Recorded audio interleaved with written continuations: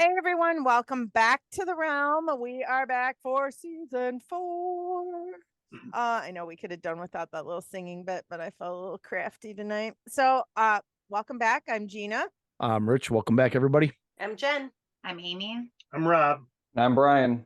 So we are back. You have almost the entire team. So tonight we have a combined team. We have our investigation team and our podcast team together. We are missing Kez, who is at a work event, and we are missing Brian S., who is in Miami. I mean, I guess if you're going to choose Miami or Wisconsin right now, I don't blame him for being there. So he is on vacation with his lovely wife, and I hope they have a good time. So, what are we doing tonight? One, we are back for season 4. I cannot believe, Rich, that we are season 4. And Brian, Rob, Jenny, I just wow. I mean, because Brian and Rob joined in like halfway through, like what, season 3 for the full-time thing. And Jenny Rich is, I remember them joining. I remember it well. It's like a promposal. Yeah, it was a little dramatic actually, and set the wheels in motion for what is now a bigger and better realm, and the realm paranormal detective. Yes. So kind of more things have grown out of that. Yeah, we have an exciting season for you guys. So let's explain. Number one, now that we have the paranormal investigation team instituted and started, we are going to be doing more investigations, which means we are going to be using those investigations to talk about on our episodes. So apart from all the great topics we bring you, we're actually going to be bringing our investigations to you, which means we'll be putting together more evidence videos, because hopefully we just catch lots of evidence, and even things that we think could be evidence and that we debunked. And we'll talk a little bit more about that, because in this episode, what we decided to do, since we are going to be doing more investigations and be talking about them regularly, we thought it would be a good idea to put together kind of like a crash course in paranormal investigation. Specifically how we do things, but in general, you could probably use this knowledge and information across the board when you're watching somebody talk about investigations or watching some of the shows. This kind of give you behind the scenes look at investigation, understanding what it is, what it means. So we're just gonna we're taking turns, taking some sections on this, and it'll be like a paranormal 101 education. And so by doing this, you guys can listen to this episode and then listen in confidence to all the other episodes that when we talk about our investigations, and you'll understand the lingo and everything that we use and everything that we're talking about, so that we can spend more time delivering the story to you and showing you evidence and talking about the evidence, and less time having to explain it during those episodes. So we'll just refer you back to this one. So without further ado, we are going to get started. Does anybody else have anything to add before we get rolling on this little crash course? No, the only thing I'd like to call out is we also have Danny, who isn't here today. Yes, I'm sorry. Oh my gosh, Danny, I'm fired. I'm demoted. You're not fired. We need you. Oh my gosh. I'm so sorry, Danny. I forgot to mention Danny is not here with us as well. So we have, how many investigators we have? We have Amy, Brian S., we have Danny, and It's 9. It's not all together. Yeah. So there's 9 of us all together. Strong team. Strong. Yeah, very strong. Very Rob, strong. were you going to say something? No. Okay. No, ma'am. All right. So forgive me, Danny. Sorry. I'll forever be eating crow on that. Thank you so much, Jen, for bringing that up. Okay. So here we go. So we broke this up into sections. So the first section is going to be, what is paranormal investigation? So I took this section, mostly because nobody else did. Everybody had a chance to take one they wanted. I just had everybody else choose, and then I took what was left. So this was left, and I'm glad to talk about this, because this is a lot of fun to like really kind of describe what a paranormal investigation is. Because I think there's a lot of misconceptions on what it is. But to do that, let's define paranormal first. So looking up the definition for paranormal, broken down into a simpler term, it said events or phenomenon that are beyond the scope of normal scientific understanding. I feel like that's a fair definition. So in light of that, so taking that in mind, a paranormal investigation is then, and Kez told me this was very a fancy way to put it. So I'm gonna just give my fancy definition because I feel like I worked really hard on it. But in true Gina fashion, here is the definition for a paranormal investigation. I said that it's an exploration that can include a variety of methods to gather and examine evidence to either prove or refute claims of activity that are outside of the norm or presumed unexplained. Though not recommended, it can be done solo, but typically it's done with a group of persons that have delegated tasks and use controlled means to conduct the investigation. So, under the best of circumstances, the team is comprised of persons with a shared commonality of exploration and open mindedness, but also possessing varying degrees of belief in the existence of the paranormal and unknown. So, kind of sterile, but it is an overall explanation of essentially you want a team that's put together like to do an investigation. You want a team that put together that has like these varying degrees of belief, because on our team, I think we have that. We have people that are of different faith backgrounds, no faith backgrounds. We have people that aren't really sure where they sit on the subject of paranormal. They want it proven to them, and you guys can identify yourselves later if you feel like it. But they want it proven to them that there's really something out there. So there's a good bunch in the group. Probably everybody in the group has the same thing, but there's some people in this group stronger than others who are literally believe it's anything else other than paranormal until they are left with it's only like paranormal because I can't explain it. So that is the great part about our group, is that we don't run into like say, yep, this is a ghost. Everything's a ghost. That's an orb. That's a this, that's a that. And we'll get into what that means later. But so I'm really proud of the group that we have. Also, paranormal investigation isn't always, it's not just about ghosts. We can talk about ghosts for a second, though. For more in depth, I'm going to refer you back to an episode that we had done, I believe, last season in season 3. It was called Ghosts, Spirits, and Entities.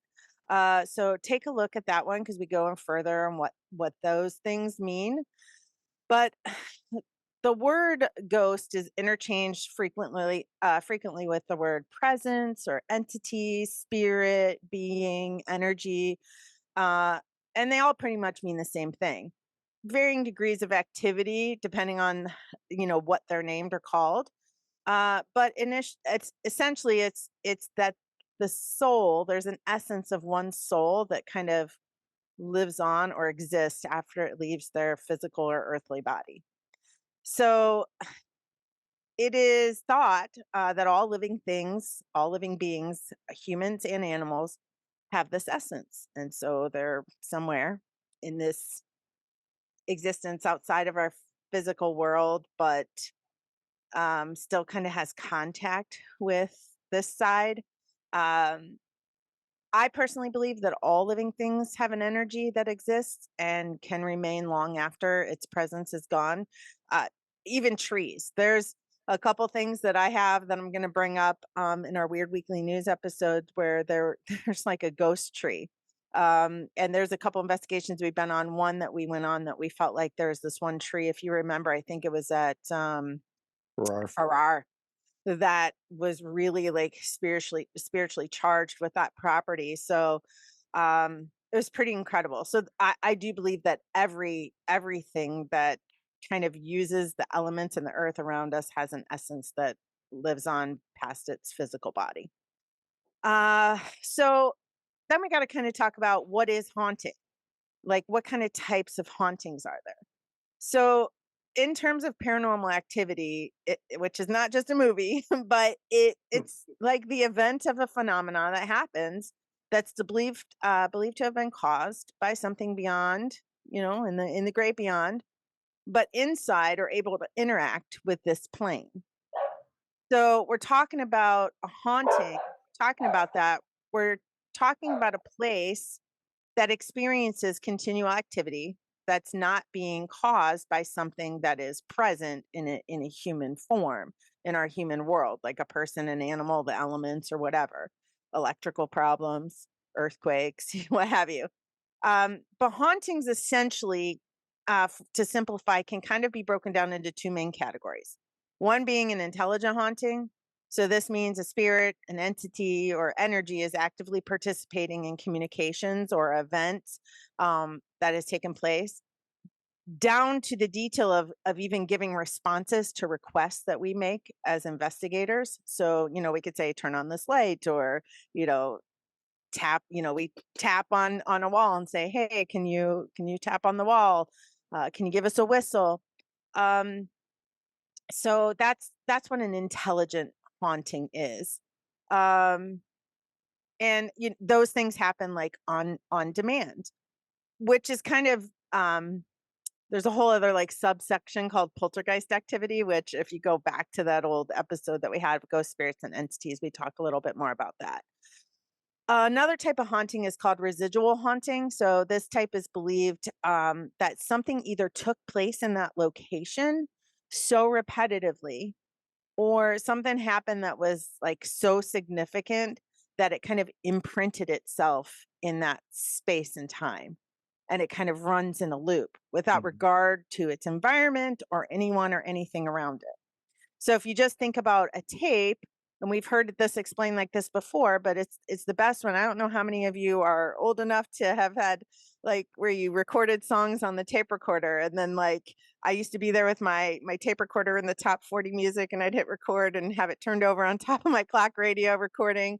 And then, next week I want to record new songs, so I rewind it, record right over it. So when you record over something so many times, there's like that bleed through, the recordings bleed through of the old one into your current one. And that's kind of like how, because those initial recordings kind of like imprinted themselves on that tape, for lack of kind of better words. But it's just like something playing on a continual loop over and over again. So when we say that paranormal isn't always ghosts, it's not, because the other things that can be included in that, if you think back to the definition of what paranormal is, right, where there's no scientific, we can't explain it scientifically, that there's, things that have no known explanation.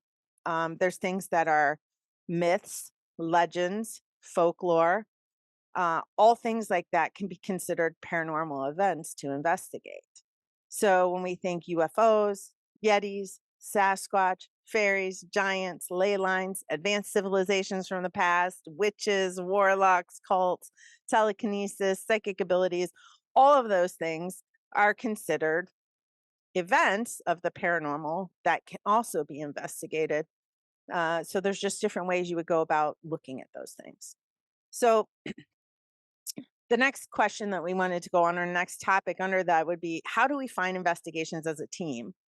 So either we get invited or asked to come into a location to investigate. So sometimes in a private residence or a business, if people feel that they have activity, they would reach out to us and ask us to come investigate and kind of let them know what we think. Also, as a team, we seek out opportunities to go to places that are known haunted locations where we can actually rent the place out for a day, a night, or a weekend, and set up our equipment and get some good time in as a team to work together on investigations and use our equipment and really kind of flex our muscles a little bit and stretch them and work them out, and try some different investigative techniques, try some different ways of gathering evidence and looking at evidence, and use it as a chance to like get together as a team to like finesse different ways to go through that evidence and how to do the next investigation better or bigger. So, there's lots of opportunities to find investigations. So if you're ever wanting to do it, there's even places that you can go that would have guided investigations. You can pay to go do those as well. But us as a team, because we have our own equipment and everything, we kind of seek out places that we can just kind of have the run for the night and take it over and do our own thing. Um, and then the last thing I wanted to touch on under this is how many people are needed to do an investigation. I mean, really technically you only need one person to investigate something, right? But a rule of thumb, and I feel like a big rule that that we would have is like nobody would ever investigate alone. There's just too many variables. Not only are the locations could they be unsafe, but there's lots of other things that we happen. In fact, if you go back to a few episodes, we interviewed somebody that had some heavily influence. Raise your hand if you're that person. We had somebody that had some heavy influence of an energy that was in a building. So it's really not safe to investigate by yourself. Quite honestly, it's not something I would ever recommend. I see a lot of like TikTok videos where people are doing things on their own. There's a show called Paranormal Caught on TV. I actually rather like that show just because I love to see the different things and just even hear some of the experts come on and talk. But there's a couple people that just go off into the woods into these buildings, and I mean just even that is unsafe. Like you shouldn't even really ever hike alone. You should let people know where you're at. But rule of thumb, don't investigate by yourself. Um, you know, always have somebody with you and always have a plan when you're investigating. And we're going to go into more investigative methods in a different section, so I won't touch on that. But hopefully, as far as what is a paranormal investigation, I was able to enlighten you. So now I am going to hand this over to Amy, who is going to talk to you about. Well, I guess before I do that, does anybody have anything to add to what I said? Anyone? I think you did a great job. Oh, thanks. Well, then I'll hand it over to Amy. Since your All mic is right. open, I'm going to mute, and Amy is going to talk to us about how we prepare for an investigation and a bunch of other things that kind of fall under that. Okay. So I have a couple things to add to the for how do we prepare for an investigation. So we do like to look things up, obviously. Sometimes some people like to go in without knowing anything, but most of the time we do look up the history. Yep. And we can look online. You can use the library's archives. You could also contact the town's historical society. And we do talk to the owners of the location, obviously, every single time, just to see what their experiences have been. And you know, they're the ones that have the most experience with that building. So it's kind of nice to see, you know, what they've heard and all that. So as far as packing to bring our equipment, we pack all of our equipment, obviously, and then we bring a lot of batteries because our equipment most of the time needs batteries. We also, depending on the time of year and depending on the lodging, we bring cots, sleeping bags, pillows, fans if it's hot out or you need it to sleep. If there's a place to store food, we bring drinks and snacks. Sometimes we sleep in the car if there's too many mice, or if it's too cold, or if it's too dirty, or if there's just nowhere to set up. We've done that a few times. We usually stick together for sleeping in a larger area for safety because there are safety concerns. We try not to, you know, loan it like we were saying in the last part that you were talking about. We always want kind of a buddy. So typically to choose that spot for sleeping, we do look and see, you know, what room is large enough or clean enough or warm enough or not so mousy to sleep in for everybody. Our safety concerns includes shadow men, mice, once again, people breaking in, which, you know, it's weird, but people do sometimes do weird things. If you're staying in that town's local haunted area and it's a full moon or Friday the 13th, and then you got a bunch of crazy kids that want to break in because, you know, it's the place to be on a full moon Friday night, Friday the 13th. So that is a safety concern, and we have actually had that happen before. So, you know, it's always good to keep that in mind. And sometimes there's no heat or air conditioning or a working toilet. We've been through all of that before. So there are many things that we have to be prepared for. And I think that's pretty much all I have for that. It talks about safety concerns, and a lot of the safety concerns also can be, the location. If you were doing private locations, it talks about interviewing on here.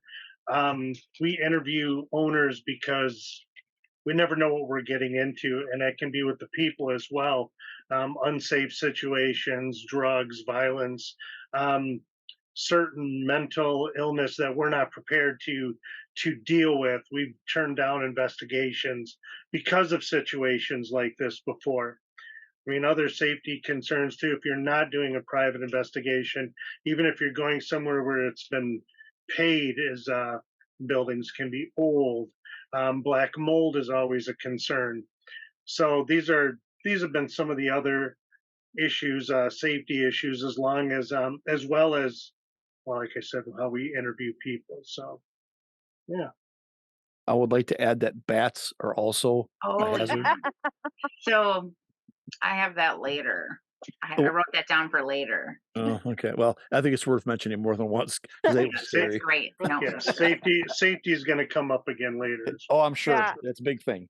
The only thing I wanted to bring up was that when we go on the investigations, when we prepare for them, sometimes the locations are not big enough to fit everybody on the team, right? So then we have to be like, okay, who really, really, really, really wants to go to this, and who like would be okay if they didn't go to it. And then it would be like, if everybody really wants to go on it, then we'd have to either decide like, okay, who got to go on the last one, like be fair about it.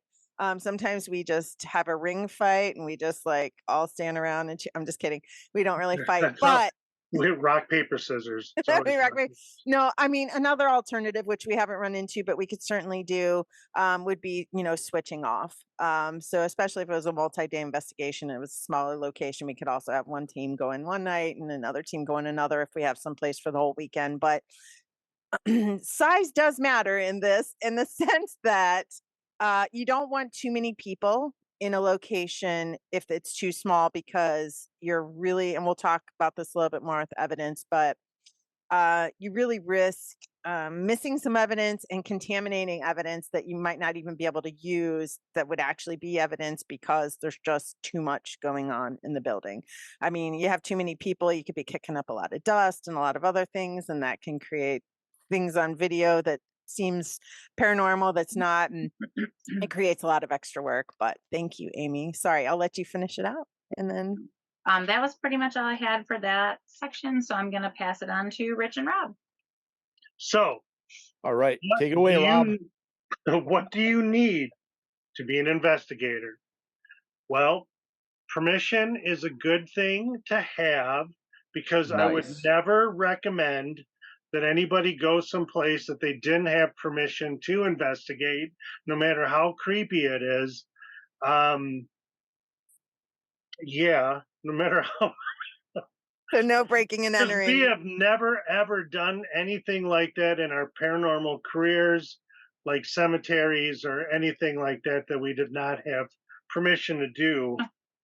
Yeah, those could be a little touchy, cemeteries anyway. I mean, obviously that's an easy go-to for people. They think it's, all cemeteries are haunted and that's the spooky place to go. But it is kind of a touchy thing with hours of, they close at sunset type thing, or I don't know. I think it also gets a little touch and go there. I mean, how is there some disrespect involved on things? I mean, I guess to your point, Rob, I guess with the permissions and stuff, a cemetery wouldn't be at the top of my list to do anyway. I guess that would be, I'm not thinking that route, Trespassing, breaking an Sure. entry. Yep. You would hate to be someplace and have some vandals been there right before you, and then you get in trouble for that kind of thing. So, always get permission. Yep. As there's many safety issues too that follow that, because we'll get into that a lot more. It can be a dangerous situation. So, most importantly, what tools do we use? We have a lot of different equipment we like to try to gather evidence. I think what you need to have going into this, dress properly, dress for the environment, as Amy said. If it's an indoor investigation, outdoor investigation, you kind of got to put your mindset is to protect yourself against elements. Is the place going to have AC? Is it not? So think ahead. Wear shorts. Do I need jeans? Do I need sweatshirt, hat, stuff like that? Those type of Proper things. footwear, because you never know Yep. what you're getting into. Correct. Tennis shoes in case you got to run away really fast. Right. And you don't just sandals and splinters and who knows what's on the ground, nails and whatnot are probably not. We've come good across for it. some stuff on the floor, that's for sure. That's So correct. Because I remember walking right into a stack of pallets one time in the dark. So, yeah, nonetheless, there's a lot of different equipment, and you should be familiar with your equipment. But some of the equipment we like to use is the K2 meter, which is used to pick up electrical anomalies, we like to say, but it's also we can use to debunk certain situations, fear boxing or other emotions where there's too much power. The K2 will pick up that because too much power has been known. Electrical stray voltage, because people do crazy electrical wiring in their houses, can cause paranoia, a sense that you're being watched. So they'll help break that up. It's also too that spirits are known to try to draw energy, and it is believed that the K2 can pick up some of that electrical energy, because we've been in places where the K2 meter has been by itself and there's not much or any power going through the building, and it has lit up and picked up whatever anomalies, and we've actually been able to have it light up in reference to questions we have asked, to have it answer, and that has always been some pretty decent evidence. We have learned that like cell phones can be picked up on the K2 just from text, sending text or receiving text. We always shut our phones off. We always leave them back at base camp, but K2 can bring some pretty interesting results. Even if you just turn your screen on, we get movement on that K2. So it's very sensitive. yep. Voice recorder. My Voice favorite. recorders we use, very important. In the past, we've always used voice recorders, usually as each group carries one, keep one at base camp type thing, and we put one with every camera. But with our new camera system, we do not need to have voice recorders with the cameras, which is nice. It frees up those other recorders for different locations where you may not be able to put a video camera. We do have a trap cam that we've just started using, so the voice recorder comes in handy for that. And in a location where you have something that you don't have any other way of getting a recording, I think they're very, very useful in both sides of evidence review for confirming something that could possibly be paranormal, or vice versa of debunking something that you find. And we've come across several times that you may have more than one recorder in a area, and you have something on one recorder, not the other recorder, or something on both recorders, or it's nice to have that, I think, because it's you can use it for more verification as to even going back to why you don't investigate by yourself. Two people investigating together, it's confirmation of what you're experiencing sometimes. So if you have more than one recorder and we're going back and say I'm listening to a recorder for evidence or Rob's listening to one, I may find something. I say, Rob, go back, listen to your recorder, see if you got anything. He says, no, I didn't. Well, how is that even possible? If we're 2 feet from each other, how does one have something and another one doesn't, So the recorders, I think, are one of my favorite tools. I mean, there's so many that we have, and we're gonna me and Rob are gonna talk about them, but I think the recorder is very important, very useful, and I think it's probably given us some of our best evidence, because EVPs, I think, probably are towards the top of the list of things you catch when you do an investigation sometimes, at least in my experience. So what It's else we pretty got, Rob? yeah, it's pretty substantial evidence when you have Mhm. that disembodied voice. I mean, it's hard to, Right, right. you know, disprove that some when you get a phrase or a word and you're in the middle of nowhere, like the little girl's voice we got in the bar. We didn't even hear that till we played it back. But I've also heard stuff with my own ears that was weird and still picked it up on my recorder. So you can't really dispute some of that evidence. I mean, we always try to debunk it, but Yep, definitely is one yep, of my favorite ones. yep. Um, Also, we like to use the EMF detector, electrical magnetic field, which is kind of different than the K2. It's kind of for picking up background radiation. It is not something I commonly use. I own one. Um, I don't know that I've gotten particularly any significant results or readings, but I also don't use it very often. I don't know if you use it much, Rich. I don't, I have. I think we've used it for, like, doing baselines. We've used it a little bit there, Usually, yeah. you know? I guess you're right Um, because it's the background radiation off of electricity too. So, I mean, whereas a K2 seems to be to me more productive to get baseline readings, and yeah, like when you get to electrical messes, yeah, EMF's pretty good there. and I think feeding off of the EMF, meter is the millimeter, which I use more, and the millimeter is more of a multifunction tool that you have has an EMF detector on it, has temperature sensor on it. You can also get one. We don't have one in the group that I'm aware of. Mine does not, but you can get one else that has like the K2 meter built into it. So you could almost, it's almost like a, I don't know, it's like a Swiss Army knife of paranormal investigation tool. One tool, you can do several different things with it.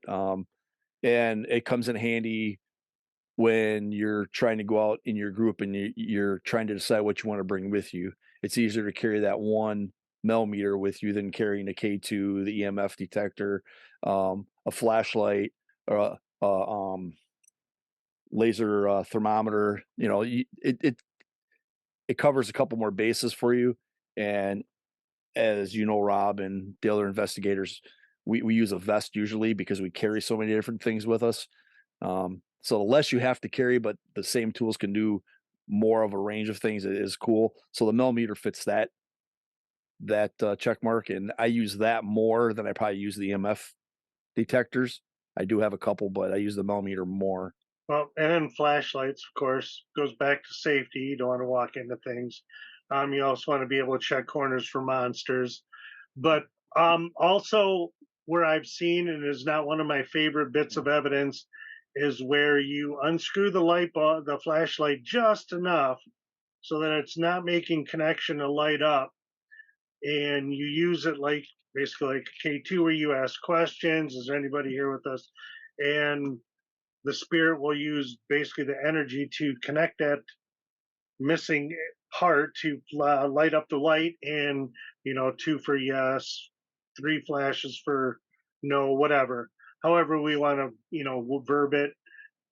um is using it as a tool for investigation. Again, it's not one of my favorite tools as far as communication or trying to get evidence.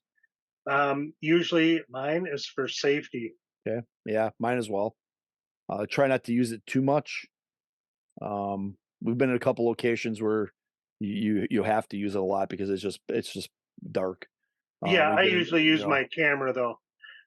yeah, yeah, and that millimeter I spoke of that has a little like infrared light on it, so you can use that as a flashlight as well, and it's a red light, so it's not so imposing when you're in the dark and then you flip on a flashlight and everybody's blind. You know, you can just turn on the more of a red light and you can see where you're at, you see your surroundings. Um, Also, besides regular flashlights, I do have an IR flashlight that I'm gonna start instituting to go along with body cams that we're going to talk about. Just trying to get a better range of view for the body cam, because they work off of IR light, and the more background IR light you can get, the better the image is for whatever you're looking at. So I'm gonna try one of those.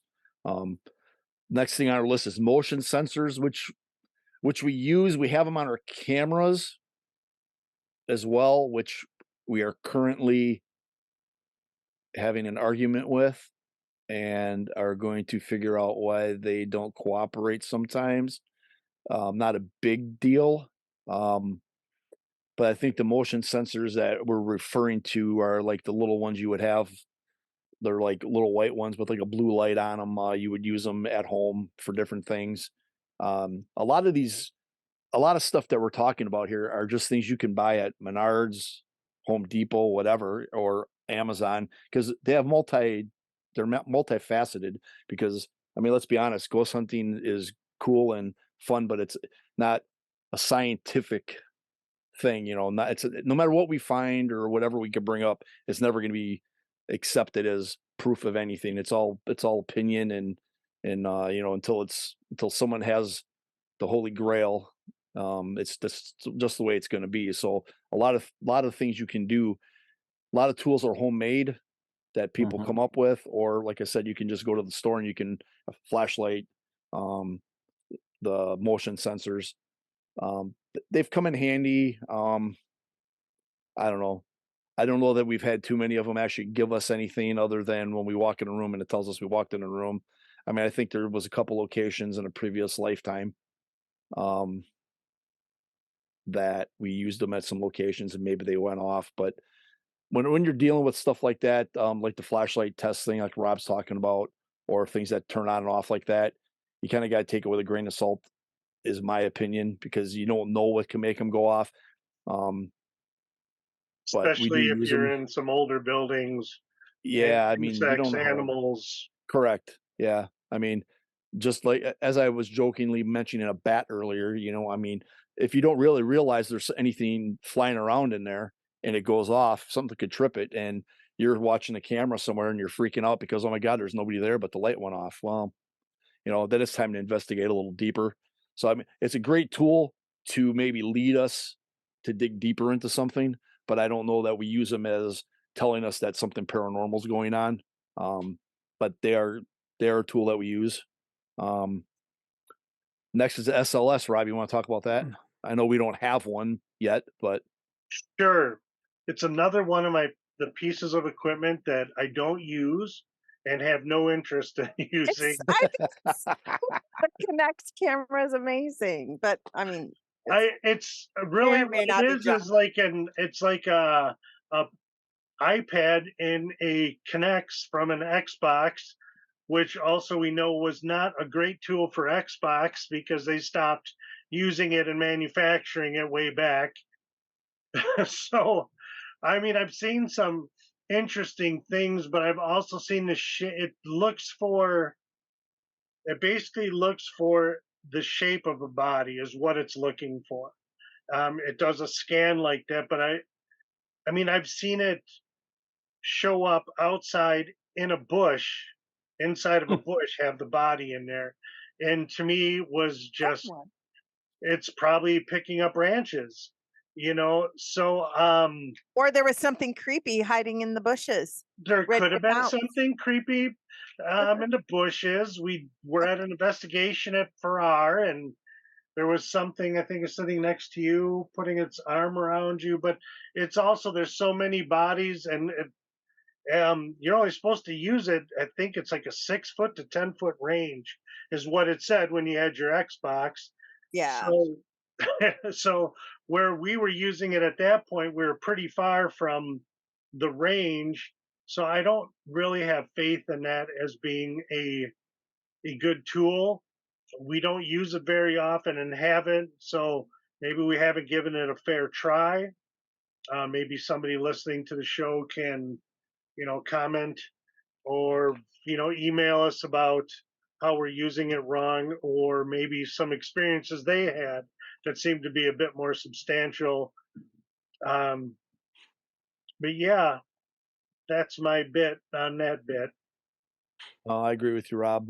And for the price they want for one, I don't know that it's worth jumping in and saying we really need that to test it, you know. And I think the one that, like Rob's speaking of, that we did get a chance to have our hands on, did show us some stuff on the screen, but I think it was disputable.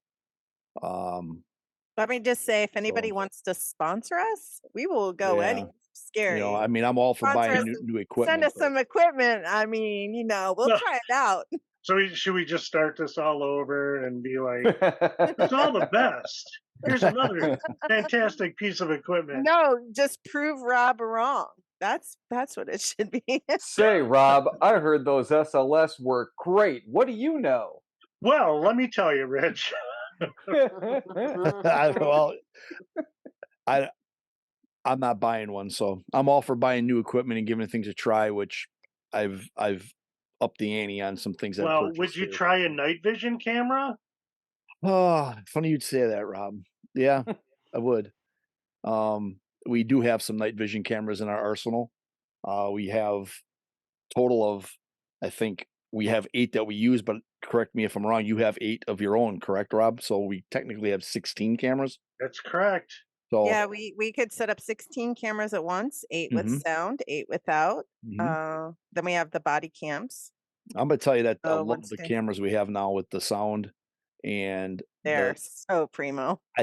I think, in my opinion, that the video quality of it is really good too. After going back and watching videos, I think once we fine tune the operation of them, which, you know, we took them out for a spin and we brought them back to the dealership and we said, you know what, we like them, but we need to sit down and we need to talk to the salesman a little more here and show us a little more of the bells and whistles here. But I think we had a nice test drive on them, and I think they're going to work out great. Yeah, I think So- altogether, I think we have like 20, 22 cameras total amongst the We have whole good team. coverage. Like Gina was just saying too, we have body cams that we use, which up until recently, I don't know that anybody was using body cams for paranormal investigating, which is another one of the things, as I mentioned before. It's just another thing that's people are using that you can just pick up from wherever. I mean, when you go looking for the body cams that I have, they're not sold as paranormal equipment. It's, you know, law enforcement, security type stuff, but they work great for what we do. And I was skeptical because another group that we were associated with in a different life had some, and I never went that direction. I did finally buy one, and now I have 4 of them. So they're great. I think they're I have nothing bad to say about them. I know Rob has 1 or 2, I think. Gina, you got 1 or 2, don't you? 2. So I mean, we've got body cams across the board. And I was speaking with Brian about it, and I told him, I said, we're going to start wearing them on the front and the back, I think, with the vests that we have. You know, and then Jenny chimed in and said, why do you want more? That's just more to review. But, and I get Good that point, part. Jenny. I get that part of it. I get that part of it. But I think, without going into too much detail, this last investigation we had taught us a few things about some coverages that I think would help if you had it on front and back. And not that you have to do it all the time. Like I said, I have 4 cameras. One person can wear front and back, and then somebody else can just wear them on the front, whatever. We have 4 cameras at our disposal besides what everybody else has. And I mean, I think they can almost, in my opinion, start taking over for the need to carry a camera in your hand all the time. Some people might disagree with that, and that's fine. It's just probably personal preference. Me, I don't want to have to carry that camera because I'm always self-conscious that I'm not aiming it in the right spot, or I'm shaking it, or I'm doing whatever with it. Or next thing you know, I'm sitting here with it and you're looking up my nose, or what, you know what I mean? I don't want to have, I don't want to have to worry about, I'm investigating, then I have to worry about what I'm doing with the camera on top of it. You put the body cam on and you don't worry about it. You just go about your stuff, and then it frees up your hands for, you know, anything else, you know, unless you're Ricky Bobby and you don't know what to do with your hands. But, you know, yeah, put your hands down. But I think what we were saying, Rich, one of the more coverage is always going to be better. It does make more to review, but with that body cam being in the front and the back, that gives us one more camera to corroborate anything else that's going on that front body cam. and another Or if we have a microphone. voice recorder in the front of us, you have one more microphone and you have one more camera. So that one would be useful for us to go back.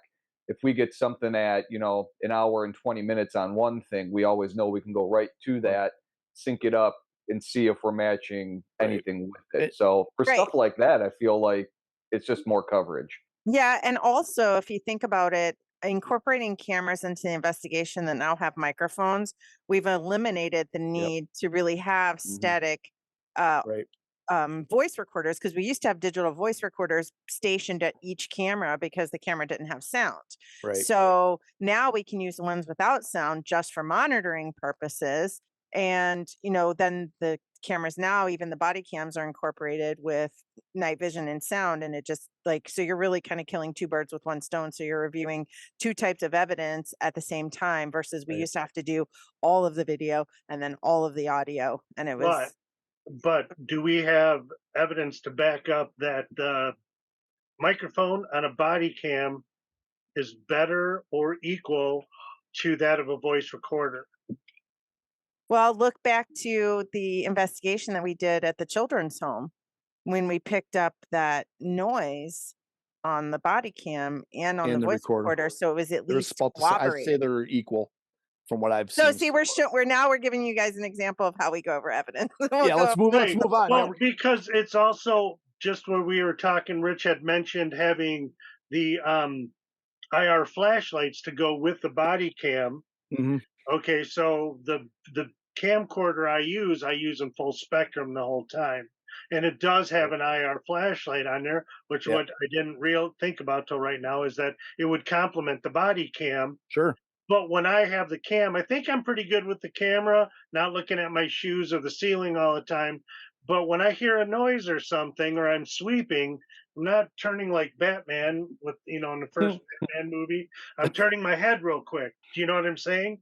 Yeah. So the body cam's going to look forward and I'm looking that way.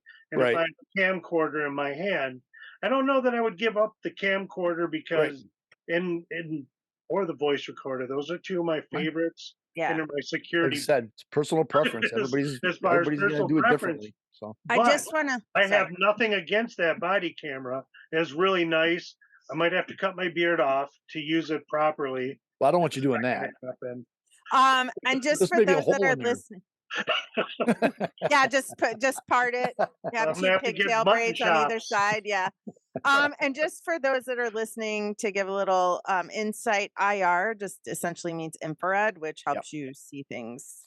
All right, Rob, what else we got on this list? But I think we're boring people. I think I heard some people nodding. Well, we got the pretty good part. So trigger objects. There's been all kinds of things that we have used, from little toys that light up to cat toys. I almost said cat balls, but I don't want you to get the wrong idea.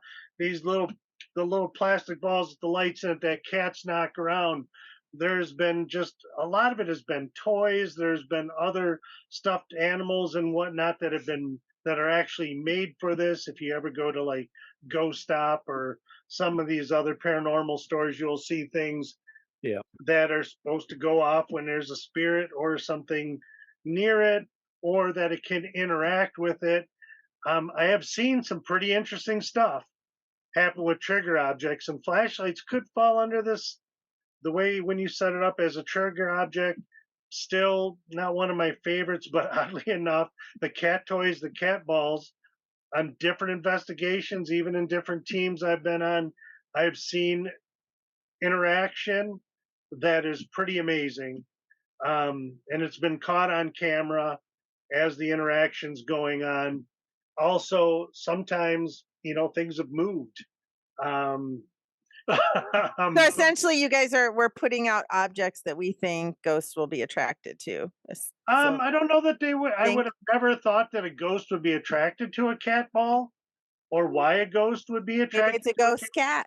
It could be a ghost cat, but I feel that when some of the interactions I've seen with the questions that we've asked where it's flashed, I would think would be a little bit more intelligent for a cat.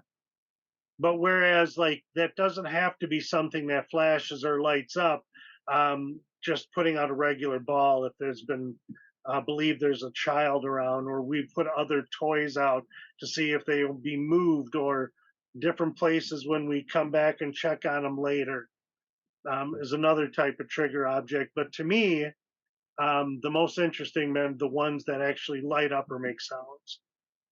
I have yet to actually have seen a, or even just if whether it's been on camera or not, been in a room where the ball was in one place and then came back later and it was in a different place.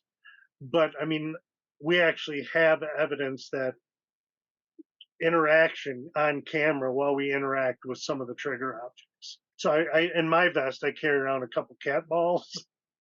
I concur. I have proof. So I have proof. Walkie-talkies is something else the group uses for communication. Basically, during setup, it comes in handy, and then during the investigation, it comes in handy if you have, let's see, if you got more than one group, which usually you're going to have two groups at least.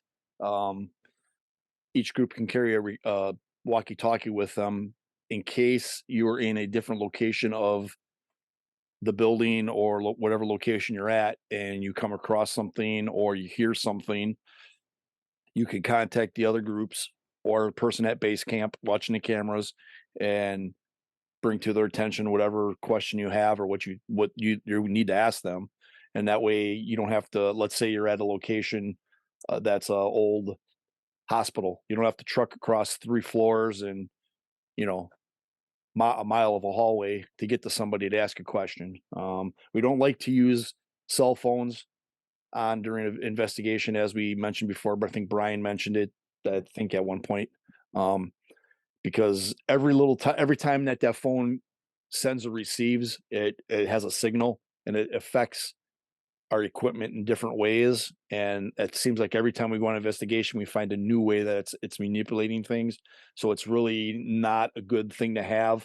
I think we figured out you could put them in airplane mode and you're still good, but we need to make sure we leave them like at base camp someplace. Mhm. And then at the same time, we need to make sure that if we do have some type of interaction, that we have something to back up if a phone was involved. And it's the same way with the walkie-talkies. We've noticed that they will sometimes cause like a REM pod to go off. I think we've had them cause the K2 to go off. But I think it's a necessary evil to have. I think you have to have the walkie-talkie because we've been in situations before where we didn't have them, and it just makes things a little difficult because you can't communicate with your other groups.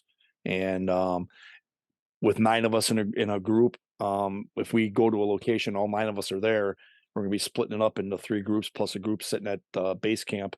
It's important to have the communication, even for safety. If something would happen to somebody, we need to make sure that we have a way to contact somebody that can get to a phone or can help. So walkie-talkies are a big thing. I think we have plenty to cover the group, so we're good there.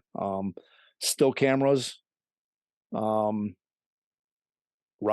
has his cameras that he uses. I have a full spectrum camera that I use. That's just for taking pictures. It's not a video camera.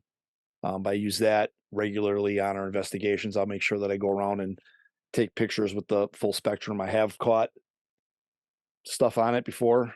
Unfortunately, I don't have access to that. Well, I do have the picture, actually, because it's my picture. Maybe I can share that at some point.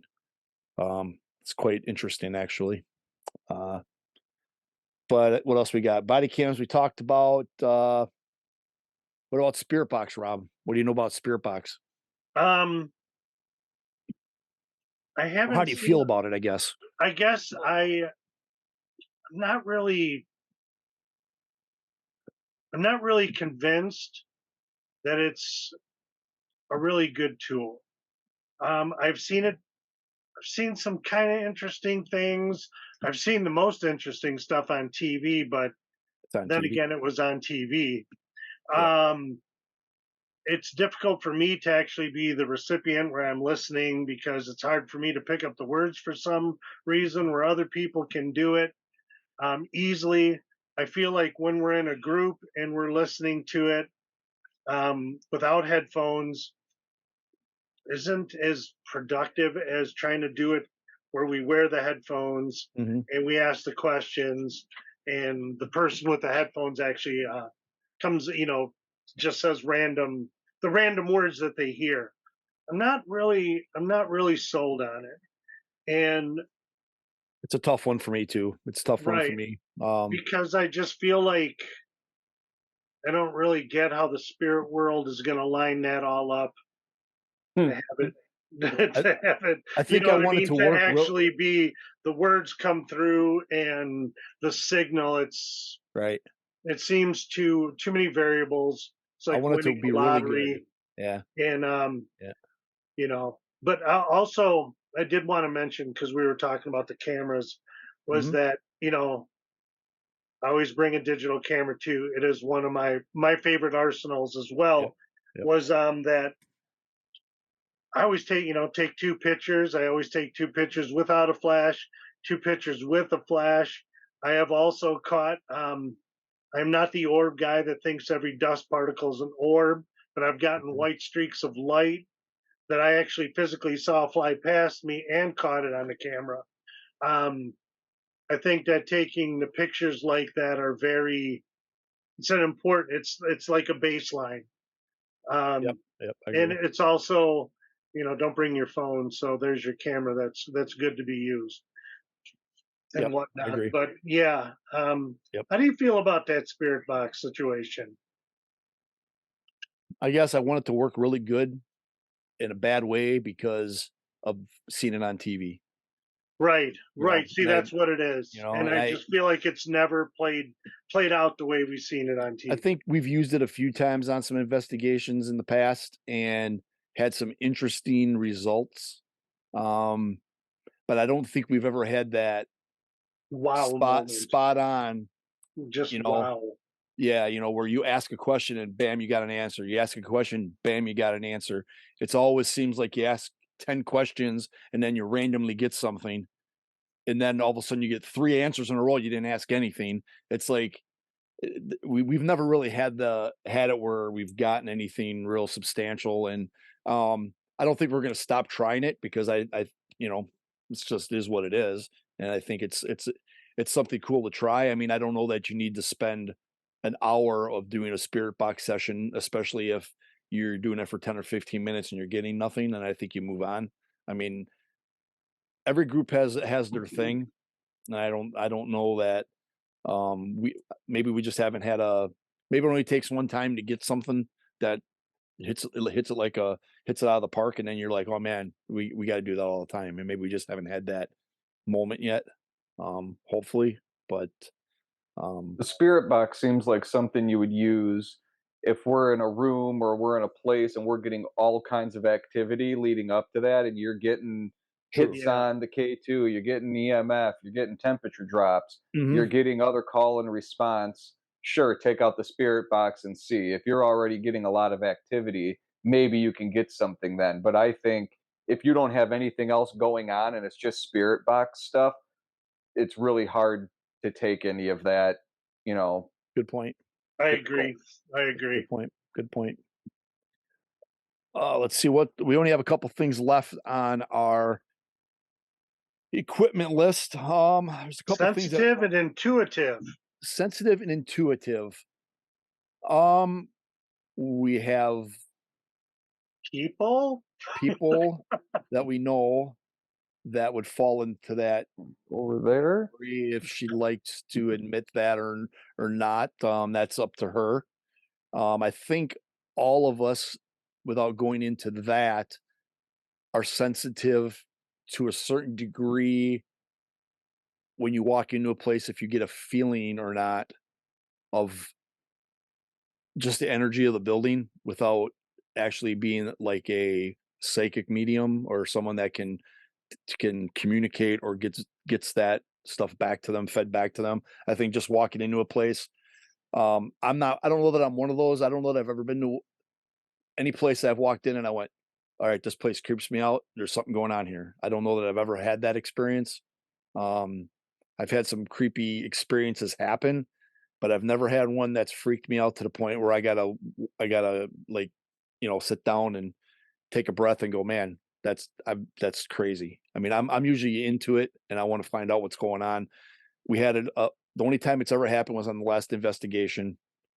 We had an incident, and there was 3 of us that experienced the same thing. We don't have any type of video proof, unfortunately. We have a still camera, a still picture of it, and that's the only time I'm ever going to admit that in my 12 years of doing this, that something seemed weird to me all of a sudden out of the blue. Like I walked into it.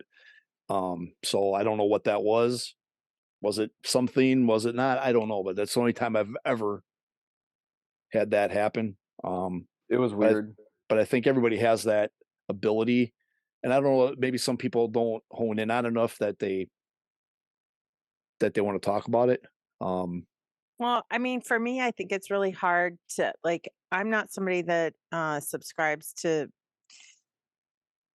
I guess, labeling things. So I have a Right. really hard time with the names like psychic and Mhm. medium and just anything labeled. I have a really hard time with because I feel like, I mean, it's a good way to describe it, but I mean, that's a pretty like incredible claim to make. So Right. I think that if you're going to if you're going to claim the name, obviously, then don't be afraid to, like, we all have those abilities. But me personally, since I'm the person in question that we were talking about, I just don't like using the label because I feel like, as you said, everybody has the ability. It's Think just so. to what degree. We all Right. have like our own intuition. We all have everything, and it just manifests in people differently. And some people have just like, I don't purposely tune in, it just happens. You have known me for 11 years. Mhm. Jenny's known me for 11 years. Rob, Amy, you guys have known me almost that long. And um, so you guys have all seen different things. You've worked with me on investigations. So, having said that, I guess what I want to ask, or what I would love for you to tell our listeners is, how Mhm. do you feel about using people that are sensitive or more sensitive or have these abilities? How do you feel about them being utilized in investigations? And take me out of the equation, because as It's far as like, hard to don't be afraid to give your opinion, is what it's I'm saying. hard to take you out of the equation Well, I because guess I meant take my well, feelings because as out. far as my experiences, like a lot of that stuff, I don't really believe it. Tarot card readers and all that other stuff. But you have done some pretty impressive things, and that like I don't know how you did it. I don't know how you did it, but it worked. When we did that investigation where they thought their son was in the house, but you ended up picking up the thing with the nephew, information you didn't know, none of us knew, and it still came out. Like, okay, that's pretty amazing. That's pretty intense. So, but then you talk to other people that we have had to work with in other groups and whatnot, that I'm like, you get a gut feeling that this person's just you know smoke and mirrors, right? So it's, how do you find that person, right? How do you come across that person? I mean, I've been lucky. I came into the group, the first paranormal group, where I met you, and then there it was, right? And I don't have any reason to think that what you have done has been falsified in any way. But there's been some interesting things that I can't explain. It's some interesting evidence. How do you find the right person? I don't know. So, Rob, would you say it's more of a trust factor of making sure that you kind of have that understanding that this person is truly sharing what they feel, what they believe, what they're experiencing, that they're not making things up? Or is it a matter of not really believing that everyone has the ability to do that? Maybe everybody does, and maybe everybody doesn't know how to use it, or to a full, to a certain degree right? We only use 10% of our brain. Is that the statistic? So, but it's when you have the evidence to back it up. Like I said, in that situation, when the couple whose house we were doing the investigation in, and when she brought up the evidence that she brought into it, like it just was a turn that nobody knew it was going to happen, and you can't explain that. Like, so you have their um proof of the whole situation, not just what we seen or what she said. How do you Agreed. fake that? Agreed. I actually think that everybody has the capability of honing in on different senses, and not to the extent of what we've maybe experienced with Gina, but I do believe that people have those abilities, and it's a matter of developing those areas of your consciousness, of your mind, being able to focus in on certain things. But I do think that there are a lot of people out there that just kind of claim that they can, and Oh, right. they are trying to draw attention to themselves. I know one. So personally, I think it's more of a trust factor rather than, kind of whether or not it's possible. Yeah, I agree.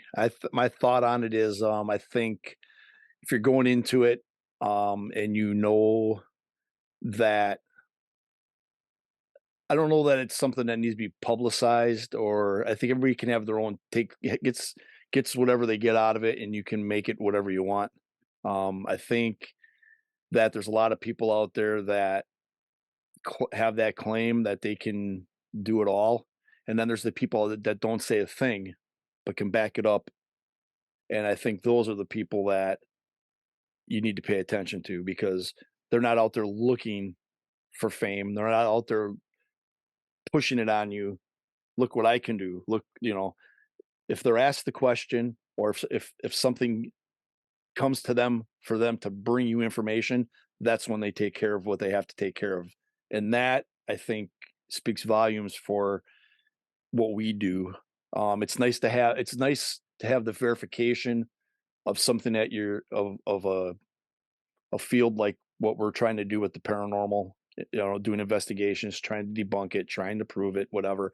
I think it's nice when you have that in your corner for validation, I guess. I don't know if I'm coming across the right way. I think I I guess think it, it's just I go guess ahead. if you're gonna watch TV and you watch all the shows, you go, "Oh, that's a TV show." We do this all the time. We do this a lot, and I think the reason we do it is because of things that we've been told, and in those other investigations, like Rob just pointed out, I think we continue to do it, and we continue to believe because of things that have been brought out by sensitives, Gina in particular. I think Gina just carries herself totally different than anybody else, and um, Well, I stayed in the I closet don't. for how long? I mean, I never wanted to be, but that's known. okay. But like I said, I think that you do it the right way. You handle it. You don't push yourself on. You don't try to push it on people. You just take it as it comes, and you do what you're supposed to do, and you handle it the right way. And I think that's that's the right way to do it. I mean, we Yeah, don't take money from anybody. We would never ask for money from anybody for anything we do, never an because investigation. Yeah. ever, because that's not what we're in this for, and Well, I think you know, the only thing I wanted to add is I think that with the use of sensitives or psychics or mediums, whatever label we want to put on it, I think it just puts an interesting spin on things sure. because, if it's done in a fair and I guess, quote, scientific way, then that person should have no knowledge of the place or little before going into it, because then the things that may come out during the investigation, if it can be validated through other things in the investigation or whoever did the history for the place, or we find out later in the history, I think it just adds to just another tool, another really cool thing to like say that there's something out there that we don't understand, be it that we actually live in a matrix and we're just programmed and maybe Don't they stop talking about it. You can't talk about it, otherwise I it's know gonna we can't stop. talk about that right now. But so anyway, I just think that it can bring value to the investigation, not because Absolutely. that's a part that I've played, but I think in general, just when you have, somebody that can facilitate that or believe in yourself, that like as you do investigations, so those of you out there listening, like everybody has this ability. So if you join in on investigations or you do things, do little like test with yourself or play little, kind of games with yourself of like going with your intuition. If something comes to you and you get a thought or you get a feeling, write it down, because you'll be amazed at how much things can be validated later. And that can be just even in your everyday life. So I don't want to go, we're going to do a whole episode on those kinds of Yep. things. So sorry, I don't want to hijack it, but I really Good. wanted to know what you guys thought, and just kind of removing my feelings from it, because my feelings would never be heard if somebody's like, because I know people don't really, believe in, not a lot of people believe in But it. you know what? You know where I think that comes from, though. I think it does. It's just like the ghost hunting thing. Until it happens to you, or until it's brought face to your face to face, and it happens to you, it's just another theory, or it's just another thing Yeah. that Yeah, could be it out there. just seems like a bunch of Exactly. people see it as a bunch of BS. It's understandable, but Yep. until it happens to them, Yep. yeah, then views are changed and your eyes are awakened to something else. But I never was sure how I felt about spirits or entities influencing anybody, and then that happened to you, Rob. So if anybody's like, you got to check that episode if you're interested in it. Sorry, didn't mean to hijack the conversation, but Oh, you're good. yeah. So I, I think you're right, Rob. I think when it comes to the sensitives being on an investigation, it's kind of a common refrain with all of the pieces of equipment that are used. That really is just another piece. If you have somebody who comes in and they're a sensitive, and they actually are, or they're not, if that person leads you to an area where you're going to be able to pick something else up, it's just another tool you use to get another piece of evidence that you can collect. It doesn't mean that you can take only those experiences as evidence, but if it can lead you in the direction of something else, it's just another tool that you're using. I mean, there is no downside if you're going to use it as a tool to put with everything else in one encompassing thing. Like you can't take it as one thing, but we really can't do that with anything. We can't just take an EVP. An EVP is great, but if you have other things to corroborate it, if you have video, if you have another piece of sound equipment that caught it, and you have a sensitive who took you to that area, now you can start to build a case for that piece of evidence. Agreed. right, but also remember the sensitive as a tool. They talk, they consume food. It's unlike the other tools. Batteries. Yes. Okay, Rob, Just where do you get your stuff from when you buy your stuff at? Let's tell the people where. should we have talked about something like sage as a tool, You or can, other kind of sure. relics of faith? Should that have been thrown in there? Because I've seen where sage has been Well, I a think you know really what, useful tool.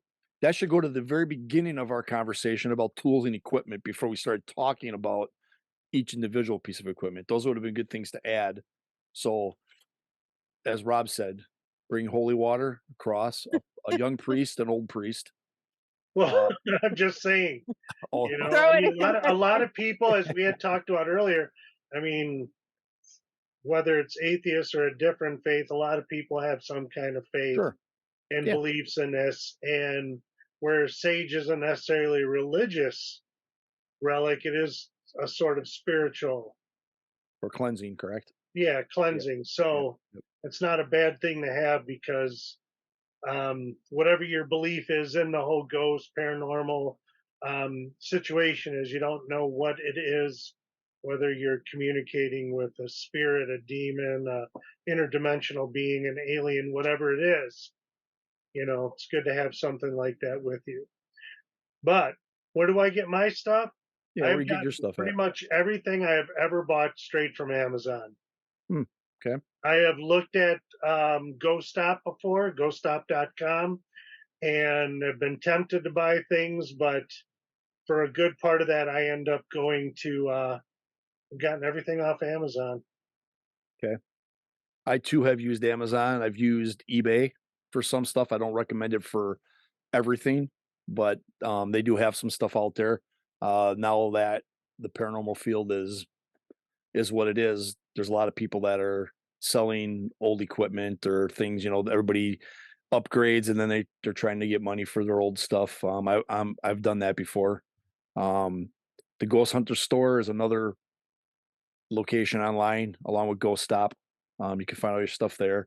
A lot of times, as I said before, and I'll say it again, a lot of stuff you could buy different locations because it's not strictly a ghost hunting thing. So a voice recorder you don't need to buy from said website. You can probably go to Walmart or you can do whatever.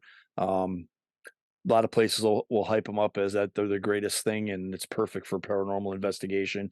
But if you search the model number, you find out it's just a regular Sony voice recorder that you can buy anywhere. So sometimes, depending on what your price range is, it's more cost effective to purchase from a different location or do some legwork and price it out. That's what I do. And a lot of it's trial and error as well. Sure. I mean, I love my voice recorder. I bought it years ago. It Mhm. wasn't a fancy and expensive one.